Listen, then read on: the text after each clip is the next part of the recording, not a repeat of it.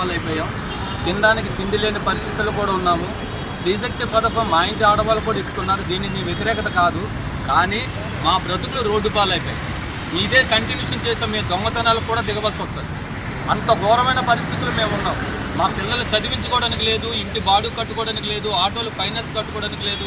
మా పరిస్థితి భిక్షగాడి కంటే దారుణంగా ఉంది మా పరిస్థితి. దీనివల్ల మాకు ఏంటంటే ప్రభుత్వం తరఫు నుంచి పూర్వం మాకు 10,000 రూపాయలు జగన్ గారు వేసేవారు. ఈ ప్రభుత్వం రూపాయి డబ్బులు కూడా వేయలేదు. అది ఇస్తాం ఇది ఇస్తామని చెప్తున్నారు, కానీ రూపాయి డబ్బులు మాకు ఎవరు ఇవ్వట్లేదు. మా బ్రతుకులు ఇలాగెళ్తే చాలా ఘోరం లాస్ట్కి సూసైడ్ చేసుకోవాల్సిన పరిస్థితి కూడా మేము వస్తాం. ఇది మాత్రం కన్ఫర్మ్. ఎందుకంటే భార్య పిల్లలు పోషించుకోవడానికి, బళ్ళు బాడిగలు కట్టుకోవడానికి, ఇంటి అద్దెలు కట్టుకోవడానికి, తినడానికి కూడా తిండి లేని పరిస్థితి. పూర్వం మేము 500, 1000 రూపాయలు అట్లా చేసుకుంటాం. ఈ రోజు 200 రూపాయలు చేయడానికి కూడా నానా ఇబ్బంది పడుతున్నాం. ఆయిల్ పోయడానికి కూడా మా పరిస్థితి బాగోలేదు. కేజీ బియ్యం పట్టుకెళ్దామని కూడా మాకు లేని పరిస్థితి. పూర్వం ఏంటంటే